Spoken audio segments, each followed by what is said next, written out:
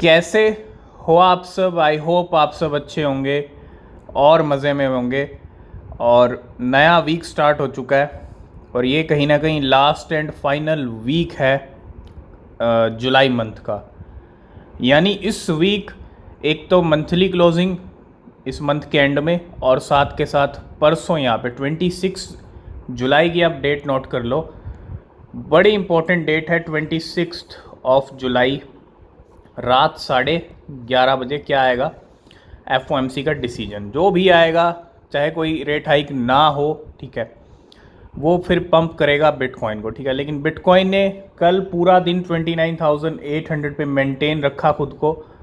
लेकिन जैसा हमने डिस्कस किया था कि डेली क्लोजिंग से पहले मे भी 30,000 पे हमको बिटकॉइन क्लोजिंग दे दे, और 30,350 तक के हाई लगा दिए बिटकॉइन ने।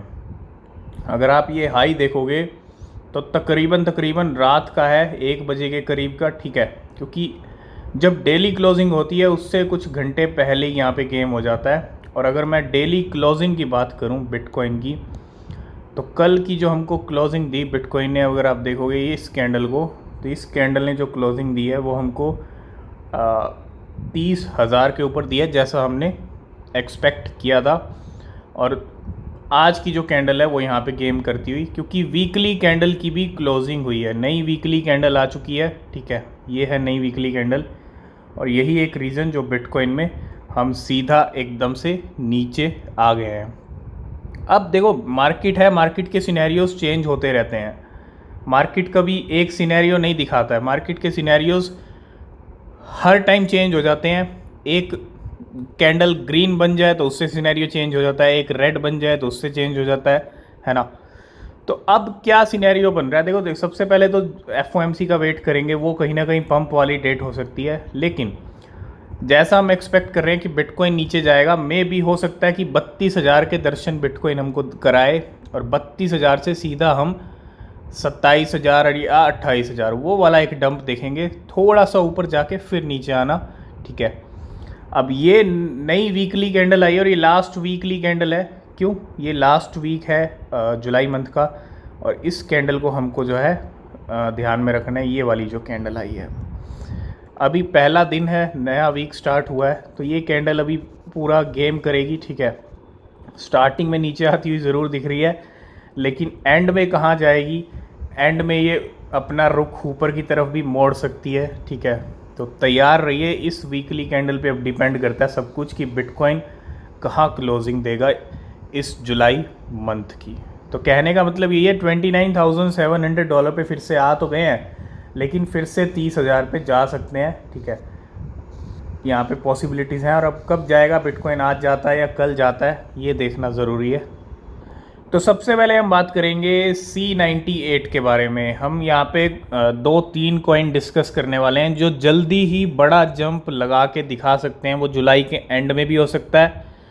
आपको पता है मंथली कैंडल, जब मंथली क्लोजिंग का टाइम आता है, आपको जून का लास्ट दिन याद होगा, 30 जून सबको याद होगा, जब बैक टू बैक सभी क्रिप्टोज पंप कर रही थी। क्यों भैया? क्लोजिंग होने वाली थी कुछ ही घंटों में, मॉर्निंग में, है ना। और जब मंथली क्लोजिंग का टाइम आता है लास्ट में ही गेम होते हैं, ठीक है। तो जुलाई के एंड में भी ये पंप हो सकता है। अगर नहीं भी होता तो अगस्त, सितंबर, अक्टूबर, शॉर्ट टर्म की बात कर रहे हैं। सिर्फ आपको क्या करना है, यहाँ पे इसको आपको बाय करना है और होल्ड करना है।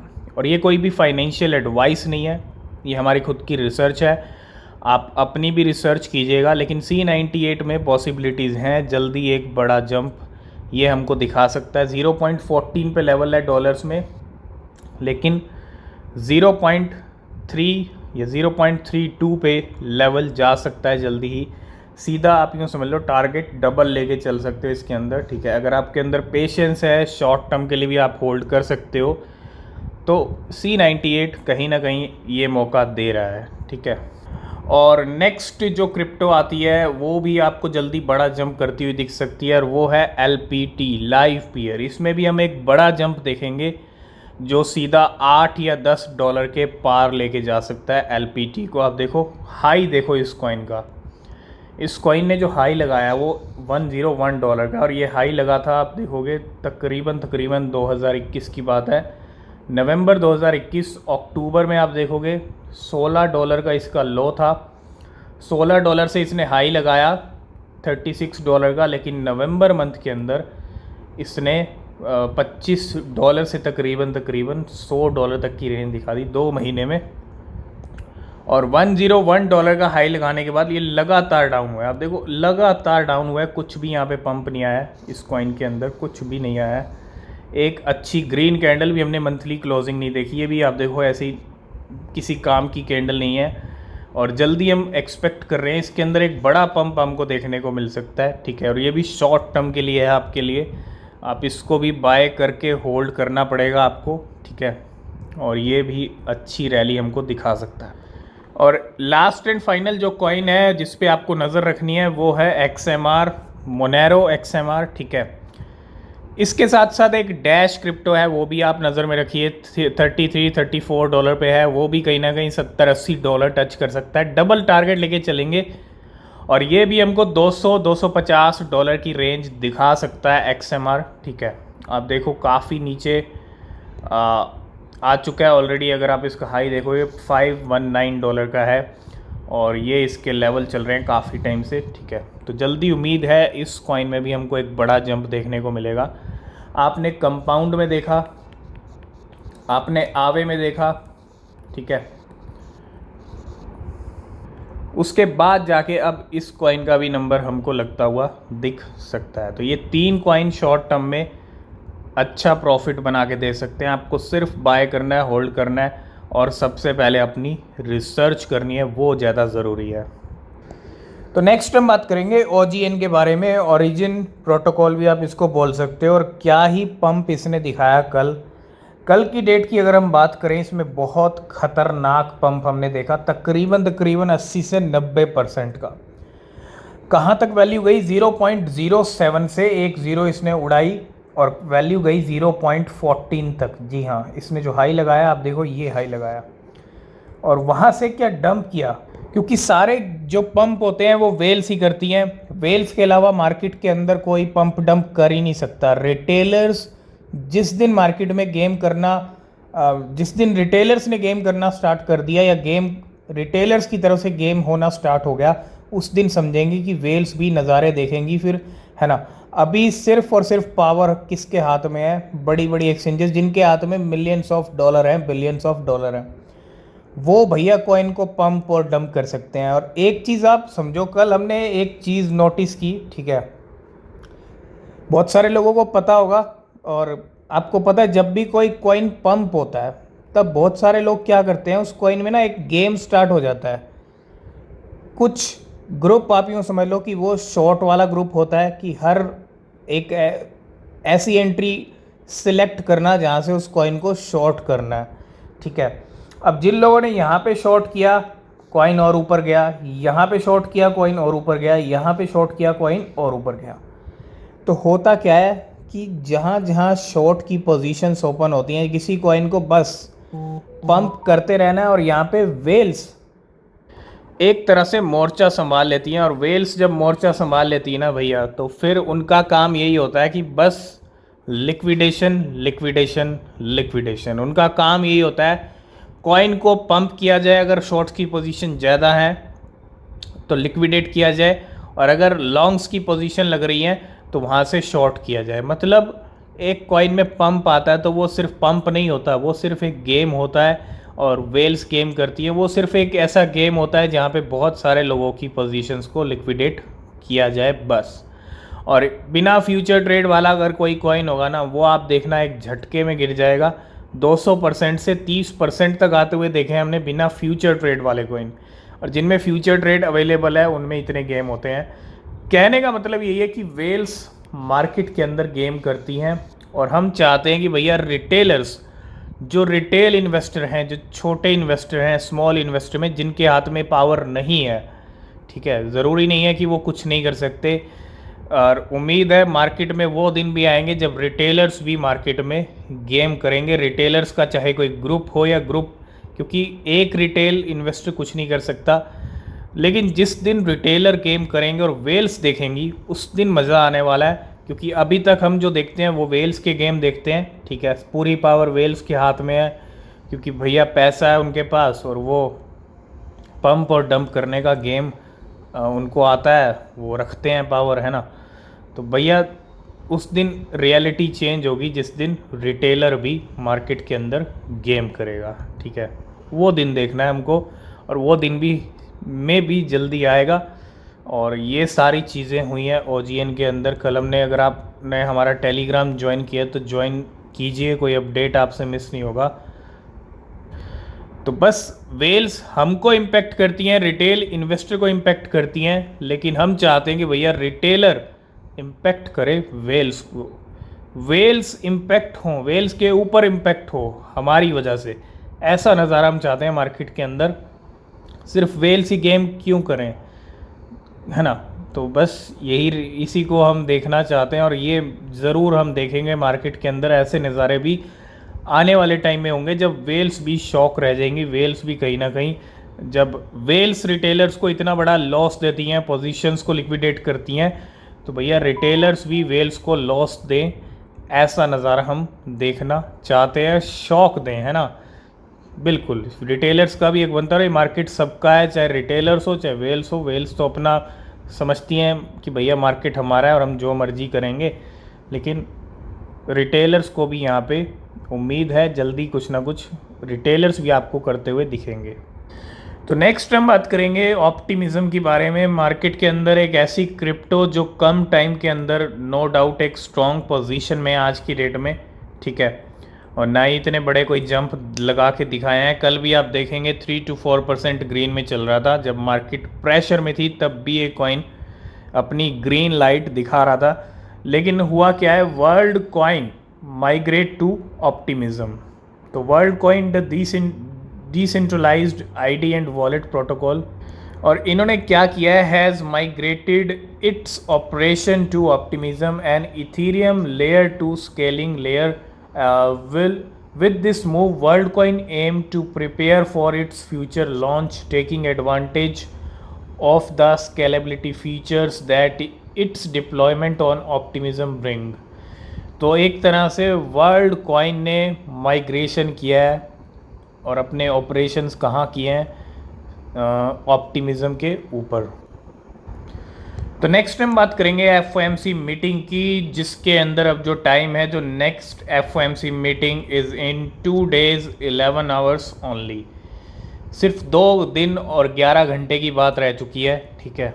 तो तैयार रहिए, 26 जुलाई की रात को 11:30 बजे डिसीजन आएगा FOMC का, जो मार्केट का आगे का रुख तय करेगा, ठीक है। नेक्स्ट हम बात करेंगे सोलाना के बारे में, और सोलाना की तारीफ तो बनती है क्योंकि सोलाना ने कुछ ऐसा करके दिखाया है। आज की डेट में हम सोलाना की टोटल वैल्यू लॉक की बात कर लें, वो भी काफ़ी ज़्यादा अपने हाई के ऊपर चल रही है, और सिर्फ 6 महीने में, नवंबर 2022, सबको याद होगा जब FTX दिवालिया हुई थी, आपको याद होगा FTX दिवालिया होने से बहुत सारे कॉइन अच्छे खासे क्रैश हुए थे, मार्केट भी क्रैश हुआ था, लेकिन उनमें एक जो बड़ा कॉइन था, जो टॉप 10 का क्रिप्टो था, वो सोलाना था, जो 50% तक क्रैश हो गई थी, और वैल्यू कहाँ तक पहुँच गई थी, आप यहाँ पे देखोगे $8 तक के लो लगा दिए थे। ये कैंडल ने गेम चेंज किया था। ये कैंडल आप देखो, वीकली टाइम फ्रेम है, और आप देखो 7 नवंबर की, है ना, क्योंकि 7 नवंबर वही टाइम था जब बाइनेंस ईजी ने ट्वीट किया FTT कॉइन्स को बेचने का, और उसके बाद FTX धड़ाम हो गई, और सोलाना कहाँ पे गिरी, आप देखो 30, ये इसका हाई देखोगे $32-33 से सीधा गिरी $12 के ऊपर। जो नीचे के बैरियर थे वो सारे तोड़ दिए, और धीरे धीरे ये $8 तक का लो लगा लिया इसने, $32 से $8 पे। लेकिन पिछले 6 महीने में जो रिकवरी करके दिखाई है, जनवरी से लेके अगर हम बात कर लें जुलाई तक, जुलाई का टाइम चल रहा है, देखो रिकवरी तो किया, तारीफ तो बनती है सोलाना की, बिल्कुल। आप देखो $8 से सीधा कहाँ तक आ गए, वापिस आ गई। ये आप हाई देखोगे तो $32 का हाई है, और इतने कम टाइम में रिकवरी करके दिखाई है, इतने कम टाइम के अंदर टॉप 10 से बाहर गई और वापस टॉप 10 के अंदर भी आ गई। तो सोलाना ने प्रूव कर दिया भैया सोलाना में दम तो है ना, क्योंकि इतना जल्दी और इतना फास्ट रिकवरी हमने भी एक्सपेक्ट नहीं की थी सोलाना की, और इसमें तो भैया तारीफ बनती है और आज की डेट में फिर से टॉप 10 में आ चुकी है। नो डाउट अभी $24 पे प्राइस है, लेकिन $32 का हाई लगाया है आप देखो, और जल्दी हम इसको 30, 32 और मे बी जो $40 है वो भी रेंज हमको दिख सकती है, क्योंकि पिछली बार भी जब ये $40 जाने वाली थी, क्योंकि गूगल का जैसे अपडेट आया ये $38 पे गई, उसके बाद FTX दिवालिया हो गई और ये सीधा धड़ाम हो गई $8 पे। लेकिन रिकवरी तो करके दिखाई है सोलाना ने, इसमें कोई डाउट वाली बात नहीं है। तो नेक्स्ट हम बात करेंगे इलॉन मस्क की, ट्विटर के बॉस की। और ट्विटर के बॉस अब इलॉन मस्क जो हैं ट्विटर पे कुछ चेंज करने वाले हैं, और वो है ट्विटर की चिड़िया को लेके। जो ट्विटर का लोगो है, जो ट्विटर का आप लोगो देखते हैं आज की डेट में, मे बी आप आने वाले टाइम में देखें एक्स, जी हाँ, ट्विटर का जो लोगो है वो आपको ये देखने को मिल सकता है, और कहीं ना कहीं रीब्रांडिंग की तैयारी कर रहे हैं इलॉन मस्क। तो बिल्कुल इलॉन मस्क ने भी अपने आप उनकी प्रोफाइल में जाएंगे तो उन्होंने मेंशन कर रखा था वहाँ पे XAI, ठीक है। और फाइनली जो है आप ट्विटर को अगर आप देखेंगे, Twitter is now officially x, Twitter अब एक्स हो चुका है, और एक तरह से पूरा यहाँ पे चेंज कर दिया है ट्विटर को। ट्विटर की चिड़िया को भी गायब कर दिया, ट्विटर को भी गायब कर दिया, और यहाँ पे अब आप यहाँ पे देख सकते हो ये ट्विटर का ऑफिशियल पेज है जिसको यहाँ पे चेंज कर दिया गया है, प्रोफाइल पिक्चर एंड अगर आप नाम देखेंगे तो इलॉन मस्क लगातार चेंजेस कर रहे हैं अपने प्लेटफॉर्म को, और पूरी तरह चेंज कर दिया यहाँ पे, और अब ट्विटर हो चुका है एक्स। तो नेक्स्ट हम बात करेंगे whales transfer over $531 million in bitcoin and Dogecoin. तो वेल्स ने अच्छा खासा मूवमेंट किया है, $530 मिलियन का बिटकॉइन के अंदर और डॉज कॉइन के अंदर। और डॉज कॉइन में मोमेंटम हम देख रहे हैं, इलॉन मस्क ने ट्विटर को एक्स कर दिया है, तो इसका भी ध्यान रखिएगा कि थोड़ा सा कहीं इम्पैक्ट डॉज कॉइन पे भी देखने को मिल जाए, है ना। तो बिल्कुल ये स्टेटमेंट ये आपके साथ हम ऑलरेडी डिस्कस कर चुके हैं। 14,000 बिटकॉइन मूव किए गए थे, है ना, तकरीबन 2 दिन पहले, और ये थे $421 मिलियन के, और इसके साथ साथ कुछ ट्रांजैक्शंस डॉज कॉइन को लेके भी थे।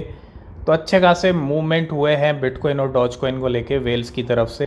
नेक्स्ट हम बात करेंगे पेपे की, और पेपे को लेके कुछ यहाँ पे अपडेट है। A whale withdrew 2 trillion PEPE $3 million के हैं और फ्रॉम बाइनेंस, और the whale withdrew 3.94 trillion PEPE $6.46 million के from Binance on June 27 and July 5।